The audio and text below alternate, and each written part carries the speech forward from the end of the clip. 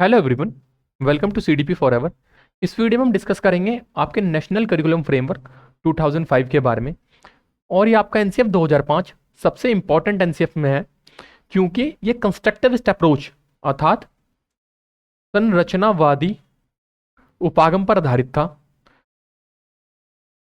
NCF 2005 आपको आपके child development pedagogy, CDP, EVS, SST, Hindi, इन सब की सब्जेक्ट स्पेसिफिक पेडागोजी अर्थात विषय आधारित शिक्षण शास्त्र में बहुत ही ज़्यादा सहायता करेगा। तो चलिए हम एनसीएफ 2005 को कुछ डिटेल में जानते हैं। Introduction to NCF 2005। सबसे पहले हम ये जानेंगे कि एनसीएफ 2005 कहाँ से आया। देखो, ये आपका निर्भर करता है NPE, national policy and education 1986 पर।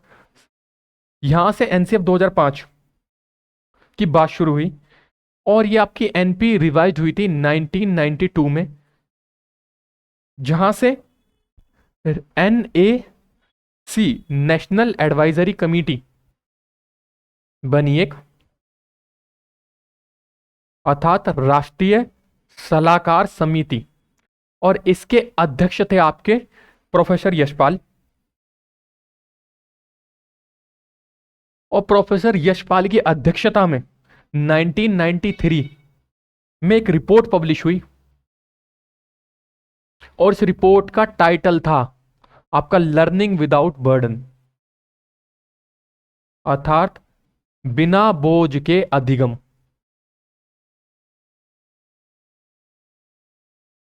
लर्निंग विदाउट बर्डन, इसको आगे बढ़ाया आपके एनसीएफ 2005 ने, क्योंकि इसमें कहा गया था, इसने क्रिटिसाइज करा करंट सिचुएशन को। किस प्रकार कि बच्चों का जो सिलेबस है वो बहुत ज्यादा अधिक है। इतना बच्चों की आयु के अनुरूप बड़ा सिलेबस करवाना सही नहीं है। और इसके साथ साथ उन्होंने बताया कि आप बच्चों के लिए चाइल्ड फ्रेंडली एजुकेशन सिस्टम को स्टैब्लिश करें। एनसीएफ 2005 जो आया उसने इस बात को माना कि ईच चाइल्ड लर्न्स डिफरेंटली, कि प्रत्येक बालक अपने अलग प्रकार से सीखता है।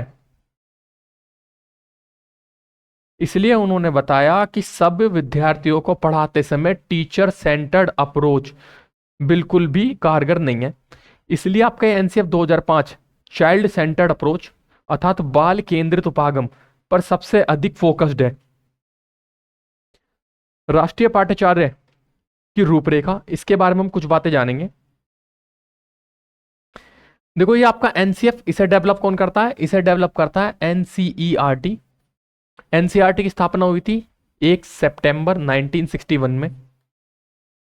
एनसीएफ 2005 का जो विजन था वो था चाइल्ड सेंटर्ड एजुकेशन को लाना, अर्थात बाल केंद्रित शिक्षा व्यवस्था की स्थापना करना।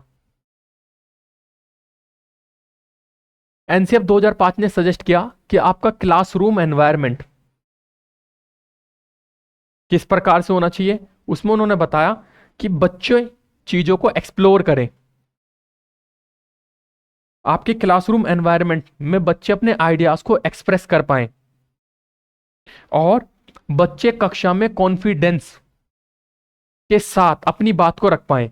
बच्चे चीजों को एक्सप्लोर कर पाएं, वो चीजों की खोजबीन कर पाएं, अपने आइडियाज को एक्सप्रेस कर पाएं और बच्चे अपने अंदर आत्मविश्वास के साथ चीजों को कक्षा में सामने रख पाएं।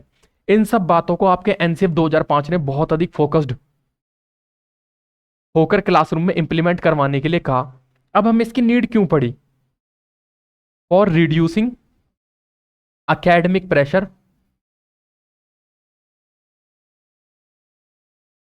क्योंकि बच्चों के ऊपर एकेडमिक प्रेशर बहुत अधिक था और टीचर सेंटर्ड अप्रोच के चलते बच्चे पैसिव लर्नर बने हुए थे। इसलिए एनसीएफ 2005 ने बताया कि लर्निंग को आप पैसिव से एक्टिव की तरफ शिफ्ट कीजिए, अर्थात आपकी क्लास में बच्चे पैसिव ना हो, एक्टिव लर्नर हो और अध्यापक अपनी कक्षा में कंस्ट्रक्टिविस्ट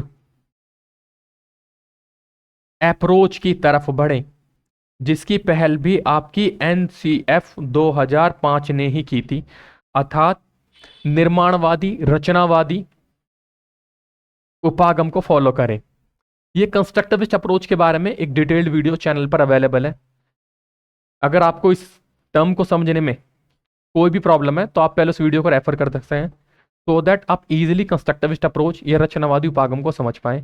और इस वीडियो का हैंड रिटन पीडीएफ मेरे टेलीग्राम हैंडल CDP Forever पर अवेलेबल है। तो for more information you may join it, जिसका लिंक आपको इस वीडियो के डिस्क्रिप्शन में मिलेगा, और वहां से आप इस वीडियो के कंप्लीट क्लास नोट्स को डाउनलोड कर सकते हैं जो बिल्कुल फ्री है। एंड फॉर मोर एक्सेसिबिलिटी, इन क्लास नोट का लिंक मैंने यहाँ प्रोवाइड करा दिया, so by just a single click you will be directed on this video and you may refer it for more conceptual clarity.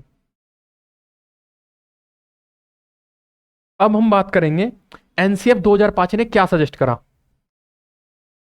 देखो, NCF 2005 ने suggest किया कि क्लासरूम में प्रायर नॉलेज के साथ आपकी न्यू नॉलेज को कनेक्ट किया जाए, अर्थात बच्चे के पूर्व ज्ञान के साथ नए ज्ञान को कनेक्ट किया जाए, क्योंकि बच्चे का जो पूर्व ज्ञान है वह अपने समाज से सीखता है, और उसके साथ जब आप नवीन ज्ञान को जोड़ेंगे तो क्लासरूम में प्रत्येक बच्चा अपने एक्सपीरियंसेस को लेकर आएगा, और उन एक्सपीरियंस के साथ क्लासरूम में बच्चे एक्टिव लर्नर बनेंगे, क्योंकि बच्चों का जो पार्टिसिपेशन है, अर्थात विद्यार्थी की जो सहभागिता है वह कक्षा में बढ़ेगी, और इससे बच्चे अपने आइडियाज को एक्सप्रेस कर पाएंगे और क्लासरूम में खुलकर वह पार्टिसिपेट कर पाएंगे। इसके लिए उन्होंने बताया कि आप अनुभवात्मक अधिगम पर बल दीजिए, आप सहयोगात्मक अधिगम पर बल दीजिए, अर्थात बच्चे आपस में एक दूसरे के साथ सहयोग करते हुए चीजों को सीखें, बच्चे कक्षा में अपने अनुभवों को साझा करते हुए चीजों को सीखें, और यह सब चीजें विद्यार्थी अपने अनुभवों से स्वयं ज्ञान का निर्माण करते हैं। इस प्रकार की कक्षा में यहां विद्यार्थी अपने अनुभवों से स्वयं ज्ञान का निर्माण करते हैं, अर्थात children construct their knowledge by their own experiences.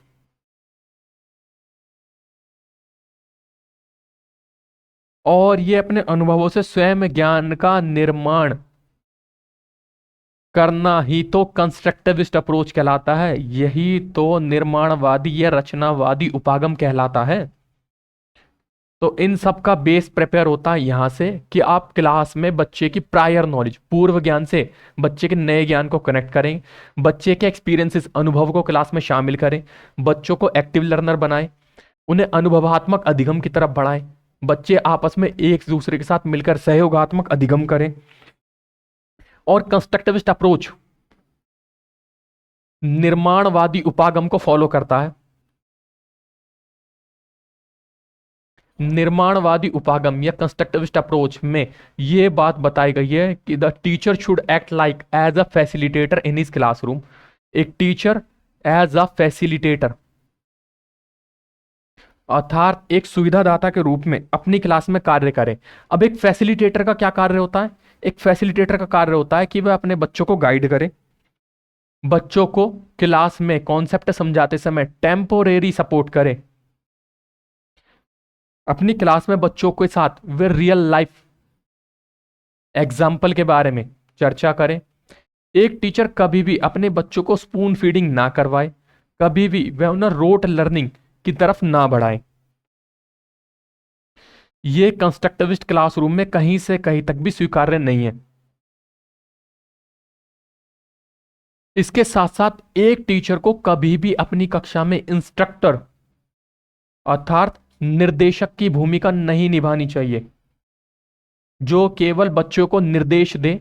इस बात को एनसीएफ ने बिल्कुल डिनाई करा है कि टीचर अपनी क्लास में कभी भी निर्देशक या इंस्ट्रक्टर की भूमिका ना निभाए, कि जो बस बच्चों को एक टीचर सेंटर्ड अप्रोच के तहत बस खाली इंस्ट्रक्शन देता रहे और बच्चों के साथ कहीं भी किसी भी प्रकार की इन्वॉल्वमेंट में शामिल ना हो।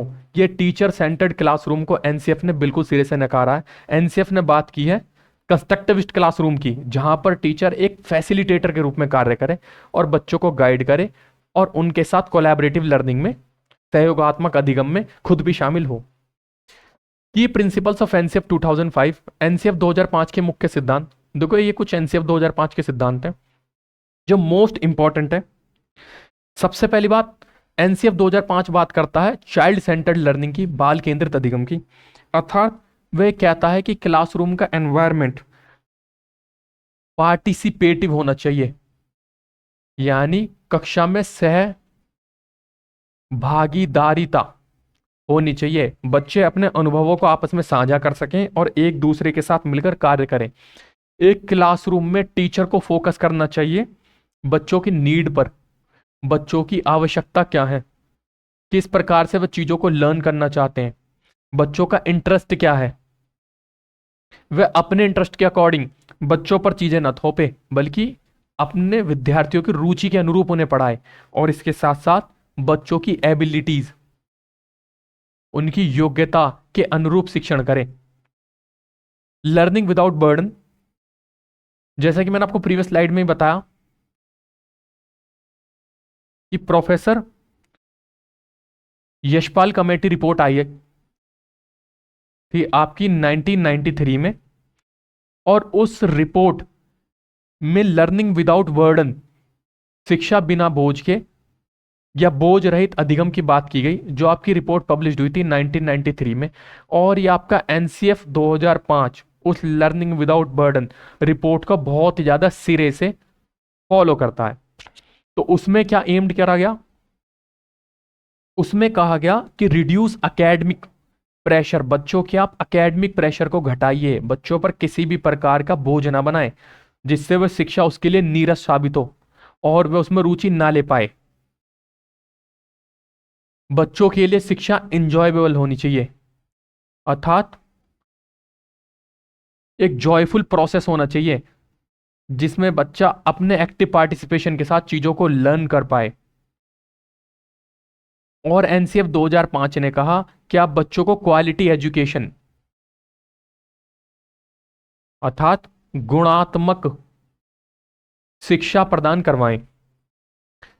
Connecting knowledge to life outside school, विद्यालय के बाहर के जीवन से ज्ञान का अनुभव। एनसीएफ 2005 ने कहा कि जो पुस्तकीय ज्ञान है और जो वास्तविक ज्ञान है उनके बीच में बहुत अधिक दूरी है, और इस दूरी को पूरा केवल शिक्षा के माध्यम से किया जाता है। तो एनसीएफ 2005 ने बताया कि शिक्षा बच्चों के अनुभवों को शामिल करे, विद्यार्थी केंद्रित शिक्षा हो। जैसे अगर आप अपनी कक्षा में विद्यार्थियों को साइंस पढ़ा रहे हैं तो साइंस विषय को पढ़ाते समय आप उसमें एक्सपेरिमेंट्स को शामिल करें। जैसे आप प्लांट्स के बारे में बताएं तो कुछ उसमें डेमोज हों, अलग अलग प्रकार की लीव्स को लेकर आएं। अगर आप बच्चों को मैथ पढ़ा रहे हैं तो मैथ को पढ़ाते समय आप बच्चों को चीजों को मेजर करना सिखाएं, आप उन्हें कैलकुलेशन सिखाएं। किसके थ्रू, बच्चों को आप बिल्स दे दीजिए जिनसे वो प्रैक्टिस करते हुए अपनी कैलकुलेशन को फास्ट करेंगे और उनके लिए बहुत ज्यादा जॉयफुल प्रोसेस भी रहेगा। होलिस्टिक डेवलपमेंट ऑफ चाइल्ड, बच्चे का समग्र विकास।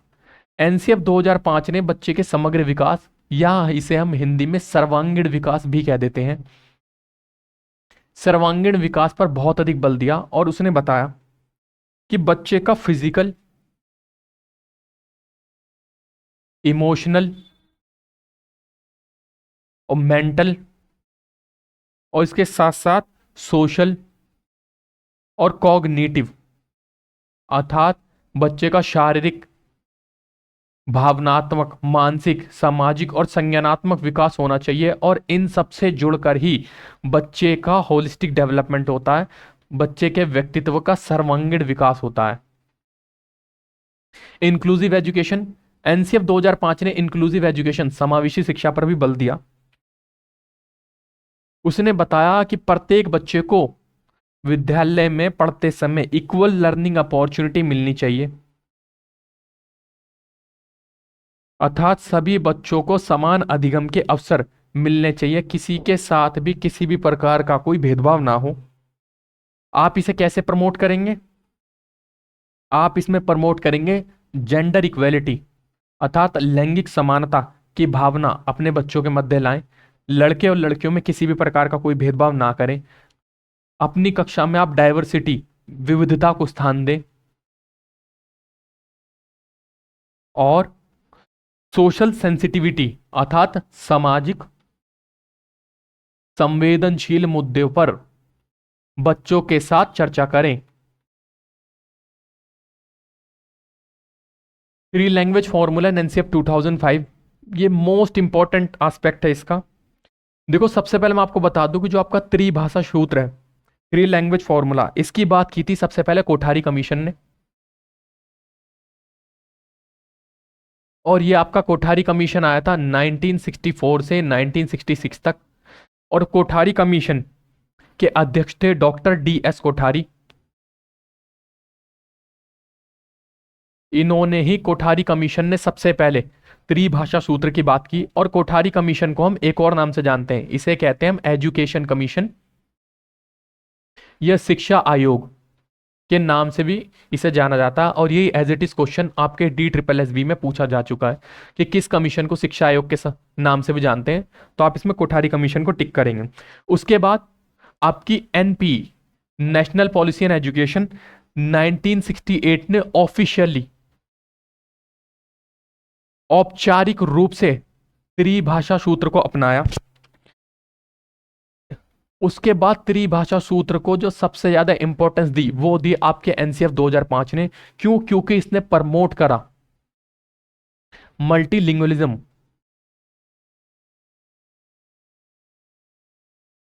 मल्टीलिंगुअलिज्म अर्थात NCF 2005 ने बहुभाषिकता के सिद्धांत को बढ़ाया। इसके तहत उन्होंने माना कि हमारा भारत अनेकता में एकता के सिद्धांत को मानता है, और हमारे भारत में अनेक प्रकार की भाषाओं को बोलने वाले लोग हैं। तो यहां पर जो गैर हिंदी भाषी क्षेत्र हैं और जो हिंदी भाषी क्षेत्र हैं, उन दोनों के बीच में बहुत ही गैप है, और इस गैप को कैसे फिल किया जा सकता है?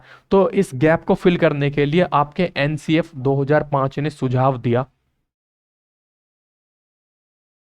कि आप एक ब्रिज बनाएं इस कम्युनिकेशन गैप के बीच में।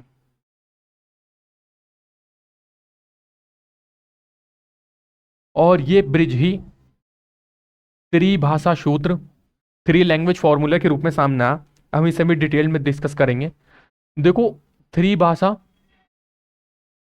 सूत्र में, इसमें इन्होंने बताया कि फर्स्ट लैंग्वेज जो आपकी प्रथम भाषा होगी वो होगी आपकी मदर टंग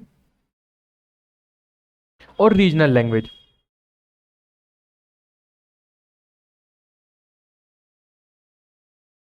मदर टंग और रीजनल लैंग्वेज अर्थात आप बच्चों के साथ या तो उनकी मातृभाषा या क्षेत्रीय भाषा को उनकी फर्स्ट लैंग्वेज, प्रथम भाषा मानेंगे। अब ये किस प्रकार से होगी? जैसे तमिलनाडु, तमिलनाडु की मातृभाषा है तमिल, केरल की मातृभाषा है मलयालम, और आंध्र प्रदेश की मातृभाषा है तेलुगु। यही एज इट इज क्वेश्चन आपके DSSB PRT NDMC के पेपर में पूछा गया था कि किस राज्य की क्या मातृभाषा है। और द्वितीय भाषा के रूप में आप मानेंगे कि जो गैर हिंदी भाषी है, अर्थात जहां पर हिंदी नहीं बोली जाती, उन गैर हिंदी भाषी राज्य में जो मातृभाषा होगी वो होगी हिंदी, और जो हिंदी भाषी राज्य हैं उनकी मातृभाषा पंजाबी, गुजराती या मराठी कुछ भी हो सकती है। अब हमें यह कैसे पता लगेगा कि कौन सी भाषा होगी हिंदी भाषी राज्यों में? तो मोस्ट इंपॉर्टेंट क्वेश्चन जो आपके PRT के एग्जाम में बार बार पूछा गया, हमारे भारतीय संविधान की देखो 8वीं अनुसूची में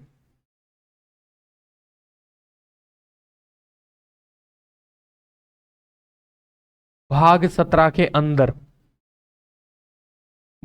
22 भाषाओं का वर्णन किया गया है, और ये आपकी 22 भाषाओं को हम अनुसूचित भाषाओं के नाम से जानते हैं, और इन्हें ही हम मॉडर्न इंडियन लैंग्वेज कहते हैं।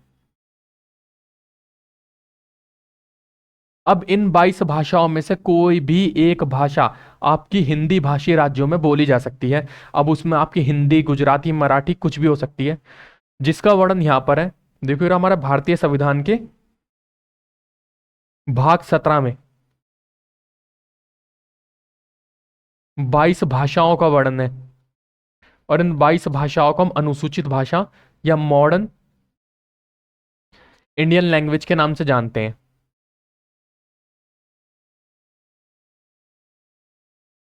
जिसमें आपकी कुल 22 भाषाएं ये हैं। तो हिंदी भाषी राज्यों में हिंदी को छोड़कर वह इनमें से किसी भी भाषा को द्वितीय भाषा के रूप में पढ़ाया जा सकता है।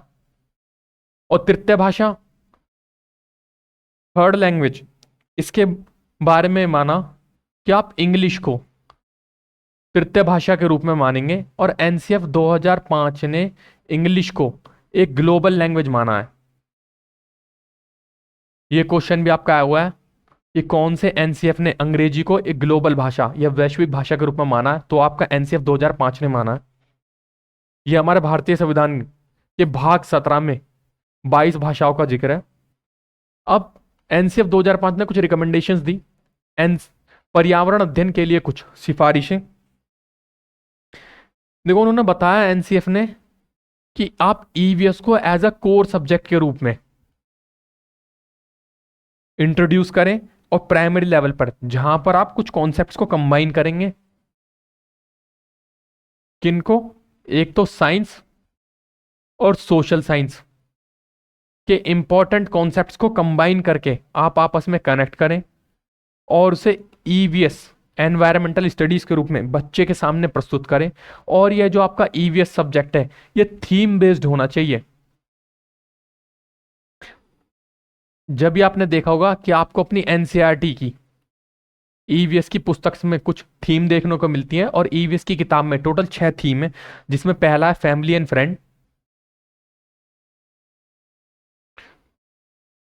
परिवार और मित्र। दूसरी थीम है आपकी फूड, भोजन। थर्ड थीम है आपकी वाटर, जल। फोर्थ थीम है शेल्टर। फिफ्थ है ट्रैवल, यात्रा। और सिक्स्थ है सबसे important, things we make and do, चीजें जो हम बनाते हैं और करते हैं। ये कुछ 6 थीम्स हैं जो आपके सीटेट और DSSB के पेपर में डायरेक्ट पूछ ली जाती हैं कि इनमें से कौन सी आपकी ईवीएस की थीम में शामिल है और कौन सी नहीं है। तो उन्होंने बताया एनसीएफ 2005 ने कि आप साइंस और सोशल साइंस को कनेक्ट करें, उसे ईवीएस के रूप में प्रस्तुत करें जो आपकी थीम्स पर आधारित होगा, जिसमें उन्होंने 6 थीम्स को सजेस्ट किया। इन थीम्स के साथ उन्होंने बताया कि आप इसे कोर सब्जेक्ट के रूप में रखेंगे फर्स्ट से लेके 5th क्लास तक। अब गणित के लिए कुछ सिफारिशें। एनसीएफ 2005 ने बताया कि आप बच्चों को गणित पढ़ाते समय फोकस करेंगे कॉन्सेप्चुअल अंडरस्टैंडिंग पर, अर्थात आप बच्चों को संकल्पनात्मक समझ के बारे में समझाएं। बच्चों के अंदर मैथ पढ़ाते समय आप डेवलप करेंगे लॉजिकल रीजनिंग। इसके साथ साथ आप बच्चों को कॉन्क्रीट अर्थात मूर्त अनुभवों से एब्स्ट्रैक्ट कॉन्सेप्ट की तरफ लेकर जाएंगे। और एक टीचर को अपनी क्लास में मैथमेटिक्स पढ़ाते समय कभी भी रोट लर्निंग का प्रयोग नहीं करना चाहिए, बल्कि उसे बच्चों को एग्जाम्पल्स के थ्रू चीजों को एक्सप्लेन करना आना चाहिए। ये कुछ रिकमेंडेशंस थी जो एनसीएफ ने मैथमेटिक्स के बारे में कही। भाषा के लिए कुछ सिफारिशें। एनसीएफ 2005 ने बताया कि बच्चों के साथ आप मदर टंग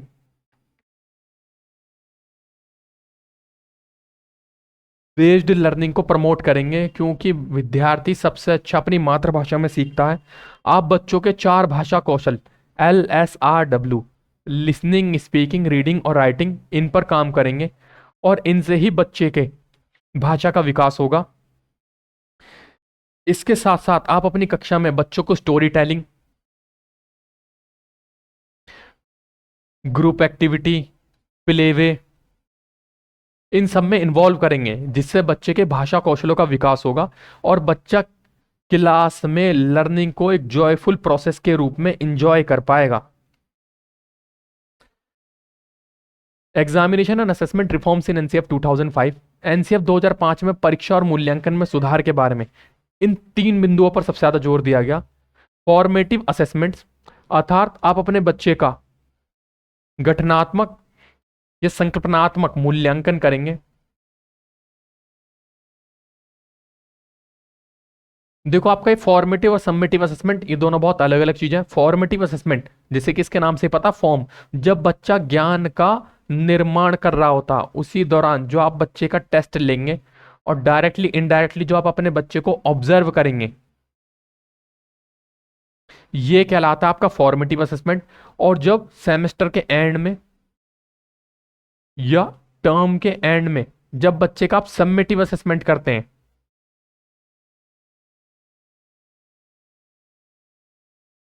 उसमें आप बच्चे के व्यक्तित्व के सभी पहलुओं को जांचते हैं और यह आपका फाइनल असेसमेंट कहलाता है।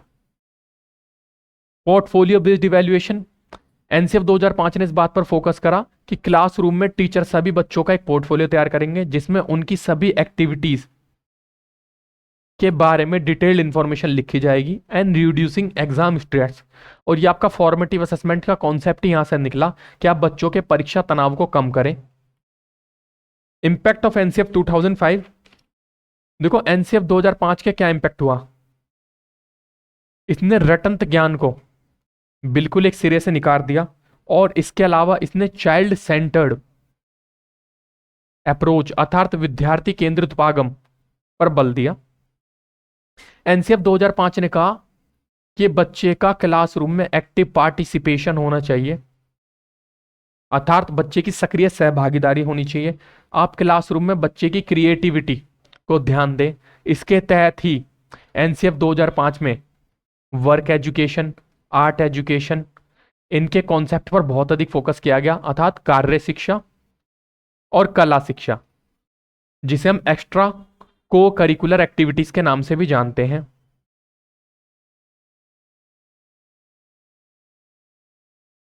एनसीएफ 2005 में कहा गया कि आप नेशनल इंटीग्रेशन पॉलिसी के तहत बच्चों को पढ़ाएं, जिसमें राष्ट्रीय एकीकरण के बारे में भी बच्चों को आप सिखाएंगे। और इसके साथ साथ सबसे ज्यादा इंपॉर्टेंट, एनसीएफ 2005 ने एम्फेसाइज किया बच्चों के होलिस्टिक डेवलपमेंट को, जिसे हम सर्वांगीण विकास कहते हैं। कि आप बच्चों के व्यक्तित्व के सभी पहलुओं पर ध्यान दें। आप बच्चे का physical development, mental development, social development, emotional development, cognitive development, इन सब एस्पेक्ट्स पर ध्यान दें और इन सब से मिलकर ही बच्चे का सर्वांगीण विकास होता है। और इस पर एनसीएफ 2005 ने सबसे अधिक फोकस किया और इसके लिए उसने कंस्ट्रक्टिविस्ट अप्रोच अर्थात निर्माणवादी उपागम को कक्षा में फॉलो करने के लिए सबसे अधिक बल दिया। तो आपके एनसीएफ 2005 की कुछ इंपॉर्टेंट बातें यहां पर होती हैं, जिसमें हमने डिस्कस किया असेसमेंट इवैल्यूएशन के बारे में। और एनसीएफ 2005 में 3 लैंग्वेज फॉर्मूला, ये सबसे इंपॉर्टेंट है। तो thank you so much. If you like the video, please subscribe my channel and also share this video to your friends. इस वीडियो का पीडीएफ आपको मेरे टेलीग्राम हैंडल CDP Forever पर अवेलेबल हो जाएगा, जहां से आप इसे डाउनलोड करके कभी भी रिवाइज कर सकते हैं।